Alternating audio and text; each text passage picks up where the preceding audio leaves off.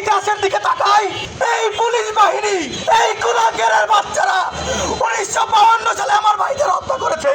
এরপরে প্রতিটা আন্দোলনে আপনারা যদি লক্ষ্য করেন, সর্বপ্রথম যদি কারা আমাদের ভাইদের উপরে হামলা চালায় তারা হচ্ছে এই পুলিশ বাহিনী।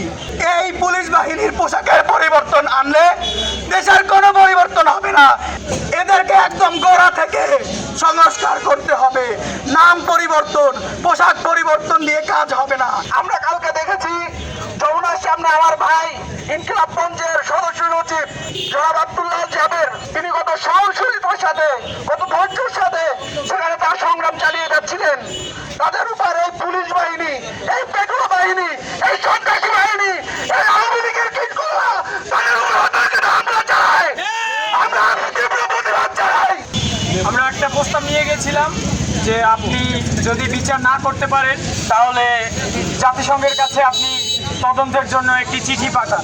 তো এরই পরিপ্রেক্ষিতে সে আমাদের কিছুই না জানিয়ে তার পুলিশি বাহিনী দিয়ে আমাদের অতর্কিত হামলা করে এবং আমাদের উপর গুলিও করে। আমরা গেছি হত্যার বিচার চাইতে, সেখানে আমাদের গুলিবিদ্ধ হইতে হয়েছে।